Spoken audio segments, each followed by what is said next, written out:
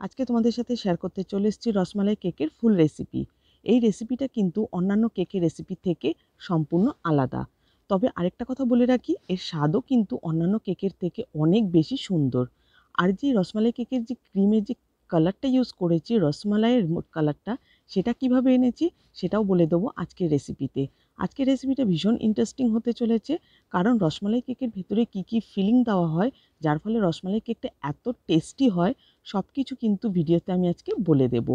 আর এর সাথে আমি দেখিয়ে দেব রসমালাই কেকের যে স্পঞ্জটা বানাবো, সেই স্পঞ্জটা কিভাবে বানাচ্ছি। অনেকগুলো ভিডিওতে আমি তোমাদেরকে দেখিয়েছি, তবে আরেকবার আজকে দেখিয়ে দেব। চলো তাহলে শুরু করে ফেলি।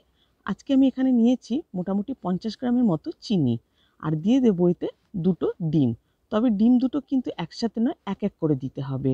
প্রথমে একটা ডিম দিয়ে আমি এরকম ফেটিয়ে নিচ্ছি। যখন দেখবো বেশ কালারটা চেঞ্জ হয়ে এসছে, সেই সময় আমি আরেকটা ডিম এখানে অ্যাড করে দেব। এবার আমি এর মধ্যে দিয়ে দেব রসমালাই এসেন্সটা। এখানে নান্দির যে এসেন্সটা রয়েছে, এই নান্দির এসেন্সটাই কিন্তু আমি ব্যবহার করি, কারণ এটা বেশ সুন্দর একটা স্ট্রং ফ্লেভার আছে। তবে আরেকটা কথা বলে রাখি, এখানে স্ট্রং ফ্লেভার বলে কিন্তু আমি এখানে 1 টিস্পুন দিচ্ছি না, হাফ টিস্পুন দিচ্ছি। দিয়ে এবার ভালো করে এটাকে বিট করে নিতে হবে। তবে এরকম একটু থেমে থেমে বিট করবে, তবে কিন্তু খুব সুন্দরভাবে এর মধ্যে ফোমটা তৈরি হবে। ততক্ষণ বিট করব যতক্ষণে এই ধরনের কালারটা চেঞ্জ হয়ে আসছে। আর এই পুরো কালারটা চেঞ্জ হয়ে আসতে সময় লাগে মোটামুটি 2 থেকে 3 মিনিট। খুব বেশি কিন্তু ওভার বিট আবার করে ফেলো না, যার ফলে কিন্তু এই যে ফোমটা তৈরি হচ্ছে, এই ফোমটা নষ্ট হয়ে যেতে পারে। তাই আমিও কিন্তু খুব বেশি আর বিট করব না। ব্যাস, আমি আর এর বেশি বিট করব না। এবার আমি এর মধ্যে মিশিয়ে দেব ময়দাটা। ময়দা এখানে আমি নিয়েছি 50 গ্রামের মতো। তবে একটা জিনিস খেয়াল করতে হবে, যখনই ময়দাটা মেশাবে ঠিক এরকম আলতো হাতে কিন্তু ময়দাটা মেশাতে হবে, কারণ যেই ফোমটা তৈরি হয়েছে ডিমের, সেটা যেন কোনোভাবে নষ্ট না হয়ে যেতে পারে। সেজন্য দেখো এইভাবে আমি কিন্তু আস্তে আস্তে করে কিন্তু এই ব্যাটারটাকে মিক্স করতে থেকেছি। ব্যাস, ব্যাটারটা যখন ময়দার সাথে ভালোভাবে মিক্স হয়ে যাবে, তখন এরকম 1 পাউন্ড একটা ট্রের মধ্যে আমি এই ব্যাটারটাকে শিফট করে দিয়েছি। এবার আমি এটাকে বেক করতে দেব। আমার এখানে উষা কোম্পানির মাইক্রো ওভেন রয়েছে, তাই আমার উষা কোম্পানি মাইক্রো ওভেনে 210 ডিগ্রিতে আমি কেক বেক করি 15 মিনিটের জন্য। অনেকের দেখবে মাইক্রো ওভেনে কিন্তু 180 ডিগ্রিতেও হয়ে যায়, তাই নিজেরাই একটুখানি অ্যাডজাস্ট করে নেবে টেম্পারেচারটা যখন তোমরা কেকটা বানাবে। চলো, এদিকে কেকটা রেডি হতে থাকুক, আর আমি বলে দিই তোমাদেরকে কি কি ফিলিং আমি এই রসমালাই কেকটা বানাতে গিয়ে দেব। এখানে আমি রসমালাই নিয়েছি। এই রসমালাইয়ের বাটিগুলো কিন্তু মিষ্টির দোকানে অনায়াসেই পাওয়া যায়। এবার এর মধ্যে দিয়ে দিচ্ছি আমি একটু কেশর, যাতে করে কালারটা একটু হালকা ইয়েলো কালার এসে যায়। এই হোয়াইট কালারটা আমার লাগবে না, আমার ইয়েলো কালারটাই লাগবে, সেজন্য আমি একটুখানি কেশর দিয়ে দিলাম। এটা একটু ডিসলভ হতে থাকুক, আর ততক্ষণে আমি তোমাদের দেখিয়ে দিই কেকটাকে ডিমোল্ড করে। কেকটা কিন্তু সম্পূর্ণ আমার ঠান্ডা হয়ে গেছে। এই 15 মিনিট এবং আরও 15 মিনিট দিলে পরেই কেকটা কিন্তু পুরোপুরি ঠান্ডা হয়ে যাবে। তৈরি পুরো রেডি হয়ে এরকম বেরিয়ে আসবে। যদি তোমরা একটু হালকা এরকম ছুরি দিয়ে চারপাশটা একটু চাড় দাও, দেখবে কেক কিন্তু খুব সহজেই ট্রে থেকে ডিমোল্ড হয়ে বেরিয়ে আসছে। আর দেখো কতটা সফট হয়েছে স্পঞ্জটা, জাস্ট দেখো কত সুন্দর এসছে স্পঞ্জটা। এরকমভাবে বানাবে, কখনো কেক কিন্তু শক্ত হবে না, পুরো এরকম সুন্দর জালি জালি ভাবটা কিন্তু আসবে এবং ভীষণ সফট হবে। এবার আমি করে নেব সেটা হচ্ছে কেকটাকে দুটো টুকরোতে ভাগ করে নেব। কেউ যদি ভাবো 3টে টুকরো করবে, সেটাও করতে পারো। আমি এখানে দুটো টুকরো করেই তোমাদেরকে দেখাচ্ছি। এবার মোস্ট ইম্পর্ট্যান্ট কাজ সেটা হচ্ছে আমি এখানে দুধ দিয়ে এই যে স্পঞ্জটা রয়েছে সেটা শোক করিয়ে নিচ্ছি। তোমরা অন্যান্য ভিডিওতে দেখেছো নিশ্চয়ই আমি সুগার সিরাপ ব্যবহার করে থাকি কেকের যেই স্পঞ্জগুলো শোক করানোর থাকে সেগুলোতে, বাট এক্ষেত্রে কিন্তু সম্পূর্ণ আলাদা। রসমালাই কেকে কিন্তু দুধ দিয়েই কিন্তু এইভাবে শোক করাতে হয়। এবার দিয়ে দেবো হুইপ ক্রিমটা। হুইপ ক্রিমের অনেক ভিডিওই আমার দেওয়া আছে, তাই আমি এখানে আর হুইপ ক্রিমের কোনো আলাদা ভিডিও করিনি। আচ্ছা, এবার আমি ফিলিং হিসেবে দিচ্ছি এর মধ্যে রসমালাই ছোট ছোট যে বলগুলো সেগুলো দিয়ে দিচ্ছি, যাতে করে স্বাদটা বেশি বেড়ে যাও। কেউ যদি ভাবো যে এর মধ্যে একটুখানি কুচনো ড্রাই ফ্রুট দেবে, তাও দিতে পারো। আবারও সেম একই প্রসেস, ওই যে দুধটা ছিল বাকিটা, সেটা আমি ওপরে স্পঞ্জটাতে শোক করিয়ে নিলাম, দিয়ে এখানে হুইপ ক্রিম দিয়ে পুরোটাকে কভার করে দেবো। তবে এটা কিন্তু ফার্স্ট কোটিং হবে। এখানে সবসময় দেখেছো আমি কেক বানাতে গেলে দুটো কোটিং ইউজ করি।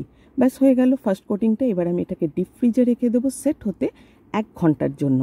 1 ঘন্টা পর তোমাদেরকে দেখাবো ঠিক টেক্সচারটা কেমন হবে। আর ততক্ষণে আমরা বানিয়ে নেব এখানে ক্রিমের কালারটা। রসমালাই কেকে যে একটা পারফেক্ট হালকা ইয়েলো কালার আসে, সেটা কিভাবে আসে চলো দেখিয়ে দিচ্ছি। এখানে আমি কিছুটা হুইপ ক্রিম নিয়েছি আর তার মধ্যে দিয়ে দিচ্ছি ইয়েলো কালার। তোমরা যখনই দেবে হয় ফ্যাকাশে হয়ে যাবে আর না হলে দেখবে খুব বেশি ডার্ক ইয়েলো কালার এসে যাবে, যেটা কিন্তু রসমালাই কেকের জন্য একদম পারফেক্ট নয়। কিভাবে বানাচ্ছি চলো বলে দিই তাহলে। এই যে কালারটা দিয়ে আমি ক্রিমটা গুলে নিলাম, এবার এটাকে আমি কি করব, অন্য একটা বাটিতে বেশি করে যে হুইপ ক্রিমটা আমি বিট করেছিলাম সেই ক্রিমটার মধ্যে অল্প অল্প করে আমি মেশাতে থাকবো। তাহলেই দেখবে পারফেক্ট ইয়েলো কালারটা চলে আসবে। তোমরা জাস্ট একটুখানি খেয়াল করো, দেখবে কালারটা কত সুন্দর আসবে। প্রথম মনে হবে যেন একটু ফ্যাকাশে লাগছে, কিন্তু যখন পুরোটা মিশিয়ে দেবে তখন দেখবে কালারটা কিন্তু পারফেক্ট একদম রসমালাই কেকের যেই কালার আছে সেইটাই চলে আসবে। দেখো তোমরা যেরকম ভিডিওতে দেখতে পাচ্ছ এসছে না পারফেক্ট ইয়েলো কালারটা। চলো তোমাদেরকে আমি একটুখানি ফুল বানিয়ে একটা ট্রেতে দেখাচ্ছি। দেখো কালারটা দেখে কি মনে হচ্ছে, পারফেক্ট হয়েছে না, হালকা ইয়েলো কালার। এবার আমরা যেটা করব সেটা হচ্ছে কেক আমার 1 ঘন্টা হয়ে গেছে, এখানে সেট হয়ে গেছে। এবার যে ইয়েলো কালারটা বানিয়েছি সেই ইয়েলো কালারের ক্রিমটা আমি এবার ওপর থেকে ফাইনাল কোটিং দিয়ে দেব। ফাইনাল কোটিং দিয়ে এটাকে ভালো করে আমি যখন এটা ফিনিশিংটা দেব, ঠিক আস্তে আস্তে কিন্তু এইভাবে ওপরে যে স্প্যাচুলাটা রয়েছে ওটা দিয়ে আমি টানতে থাকবো। আর সামান্য একটু জল রাখবে হাতের কাছে, তাহলে না এর ফিনিশিংটা আরও বেশি ভালো আসবে। দেখো কত সুন্দর এসেছে ফিনিশিংটা। একটুখানি এখানে আমার কাছে স্ক্রাবার রয়েছিল তাই পাশটা একটু ডিজাইন করে দিয়েছি। আর একটা স্টার নজল নিয়েছি, এটার মধ্যে দেখবে এটা হচ্ছে তোমার সম্ভবত N20 মনে হয় স্টার নজলটা। এটা দিয়ে আমি এখানে গোলাপ ফুলগুলোকে বানিয়ে নিয়েছি। আর বাকি যেরকম ভাবে ডিজাইন বানাতে চাও সেভাবে তোমরা ডিজাইনগুলোকে সেট করে নিতে পারো কেকের মধ্যে। ব্যাস এবার হবে সাজানোর পালা। সেটা হচ্ছে সাজাবো আমরা যে রসমালাইগুলো আমরা রেডি করেছিলাম। ইয়েলো কালারটা দেখো কত সুন্দর অ্যাবজর্ব করেছে কেশর থেকে।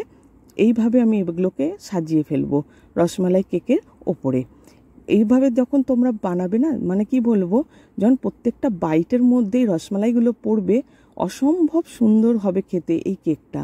আর যেটুকু বাকি দুধটা থাকবে সেই দুধটা ওপর থেকে এইভাবে আমি দিয়ে দেব। খুব সুন্দর হয় খেতে। বাড়িতে একবার বানিয়ে দেখো, যে কেউ তোমাদের এই রসমালাই কেকের ফিদা হয়ে যাবে দেখবে।